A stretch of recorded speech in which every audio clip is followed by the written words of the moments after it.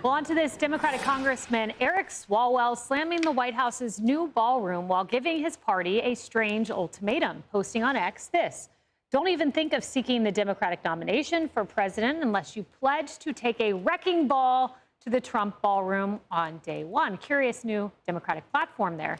The California congressman now facing intense backlash from Republicans.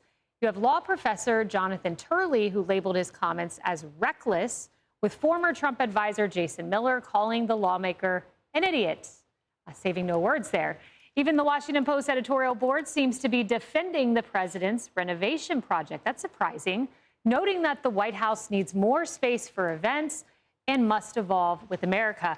Guy, I thought I was dreaming when I read the Washington Post editorial board say privately many alumni of the Biden and Obama White Houses acknowledge the long overdue need for event space. That's the Washington Post. Yeah, they're making some editorial changes over at that paper, and we're starting to notice. You spent a lot more time at the White House than I have. I was an intern back in the day. You had a slightly more important position there. But hey, interns are important. Some interns more than others. But I think we both remember the rentals and the tents and all of these things that had to be brought in temporarily for any number of events, which seemed kind of crazy. Like, I understand why some people on the left who hate Trump see the East Wing being demolished and it's got his imprint on it and he's a builder and they can't stand it. It's a bit jarring and galling. It happens so quickly. But as you said, the glaring need for this type of space has been obvious for a while. And the Eric Swalwell tweet, that is just resistance slop. Every president will use this space because it's practical. The Democrats might rename it after someone like Barack Obama, but then they will all line up to use that ballroom because it's actually needed. 100%. And he wants everyone running for office there for the presidency to vow to take a wrecking ball.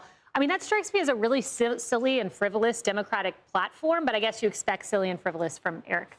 Yeah, what Democrat platform at this point is not silly and frivolous? We talked about this on the Big Weekend show, and my point that I made over the weekend, it's so laughable, you almost have to laugh at this. Democrats are going from one outrage campaign to the other. They're trying to figure out which one's going to stick with the American people. They haven't found it yet, right?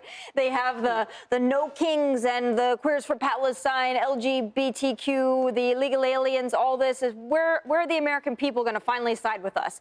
And now they've chosen the ballroom. That's what they think is going to do it. That's the priority right now, that they think they're going to stir up this outrage. I think a better question would be, and one I would actually pose is, okay, instead of taking a wrecking ball to it, can we have all the Democrats vow that they won't use it? Let's just get that out on the record. Okay, you got a 2028. We got Gavin Newsom as the president. Gavin, promise you're not going to use that ballroom. That's what I would like to get on the record. Yeah, well, House Minority Leader Hakeem Jeffries, he has an idea of what he wants to do about the ballroom. Let's listen. This is part of what Donald Trump has been doing since day one of his presidency, running the largest pay-to-play scheme in the history of the country, and probably soliciting donations from people who've got business before the United States government. And all of this is going to have to be investigated. It will. All of this will have to be uncovered. It will. And these people are going to be held accountable. Emily, if you listen carefully, he wants taxpayer dollars to fund an investigation of a privately funded ballroom from President Trump. Yeah. Hey, guys, let's take something free that benefits everyone and then waste our tax dollars investigating it. I am so tired of the credibility being shattered the instant these individuals get on camera or behind their X accounts. And it is so frustrating for me as an American constituent to have to deal with the consistent bile being dripped and dropped and spewed by Hakeem and Eric and everyone else that is doing it for the clickbait rather than serving their constituents. And the thought that the destruction of the ballroom, which will benefit us. I mean, haven't you guys ever been somewhere where, you know, it's sort of larger than life in your head, and then you arrive and you're like, oh, it's tiny. Sort of shabby. Dang. Like, I love the fact that this upgrade will now be commensurate with the gold and the dream and the opportunities for America, and also the commensurate respect that we want to afford our guests, our esteemed guests that are the heads of states of our partners around the globe. But for some very small-minded and bitter people who come from, where does he come from? Iowa, and then he moved to Dublin, California, and pretends to be from the Bay Area. For Eric Swalwell to now pretend to be hip and think that he has some way in about it. Americans care deeply about a lot of other things, but them sort of being hyper about this and then pledging our tax dollars to investigate it. Where were you, by the way, in your investigations of corruption under the prior 4 years? That's when we needed you. Harris. We're in the middle of a shutdown that has 42 million people about to miss out as of November 1st on their public assistance to eat in this country. You will hear me talk about food insecurity a lot, even outside of a shutdown. So I know we tipped into a really dangerous place for people with young kids and their families, everybody who's going to miss that money. The fact that he would talk about using our tax dollars to go after something that is free between the president and his donors, $250 million estimated right now, when through Congress,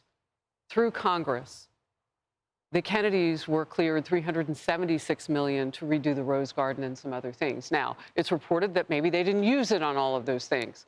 Well, did we get the receipts and the refund as the American public on that $376 million? No, we didn't. And I refuse to take the judgment about right and wrong from Representative Eric Swalwell anymore. It took the FBI to get him up off that woman, Christine Fang, who was a Chinese spy. Full stop. Fang Fang. Up off. What's her name? Fang Fang. All right.